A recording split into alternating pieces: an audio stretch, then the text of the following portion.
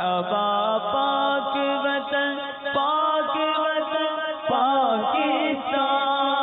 سرکار مدینہ صلی اللہ تعالی علیہ وآلہ وسلم کا فرمان عبرت نشان ہے۔ اب پوری قوم توجہ کے ساتھ سنے اور دیکھے کہ یہ ہمارے اندر ہے یا نہیں ہے۔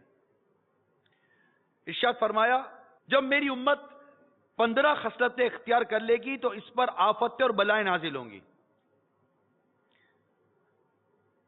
عرض کی کہ یا رسول اللہ صلی اللہ تعالی علیہ وآلہ وسلم وہ کون سی خصلتیں ہیں؟ فرمایا، جب مال غنیمت کو ذاتی دولت بنا لیا جائے۔ نمبر 2، امانت کو مال غنیمت بنا لیا جائے۔ نمبر 3، زکوٰۃ کو جرمانہ سمجھا جائے۔ نمبر 4، آدمی اپنی بیوی کی اطاعت کرے۔ نمبر 5، ماں کی نافرمانی کرے۔ نمبر 6، دوست کے ساتھ بھلائی کرے۔ نمبر 7، باپ کے ساتھ بے وفائی کرے۔ نمبر 8، مساجد میں آوازیں بلند کی جائیں۔ نمبر 9، سب سے رذیل یعنی کمینہ ترین شخص کو قوم کا سردار بنا لیا جائے۔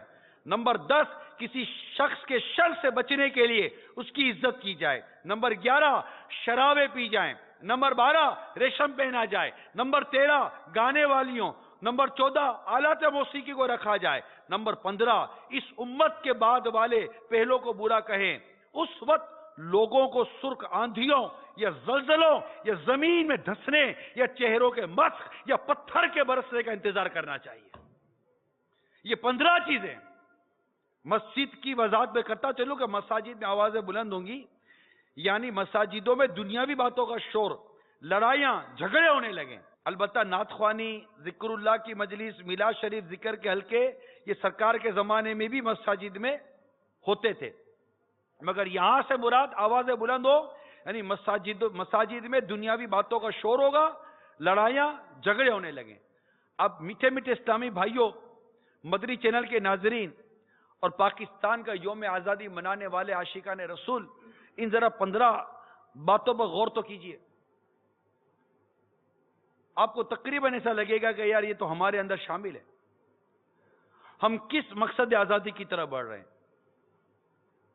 اگر ہم ان حدیثوں کا مطالعہ کرتے ہیں تو کیا موسیقی، گانا، یہ بے پردگی، یہ بے حیائی، یہ امانت میں خیانت، یہ ماں باپ کی نافرمانیاں، یہ دوست کے ساتھ بھلائی، یہ باپ کے ساتھ بے وفائی اور لوگوں کے شر سے بچنے کے لیے ان کی عزت کرنا، شرابیں پینا، کیا یہ ساری چیزیں ہمارے معاشرے میں نہیں رچی بسی ہوئی؟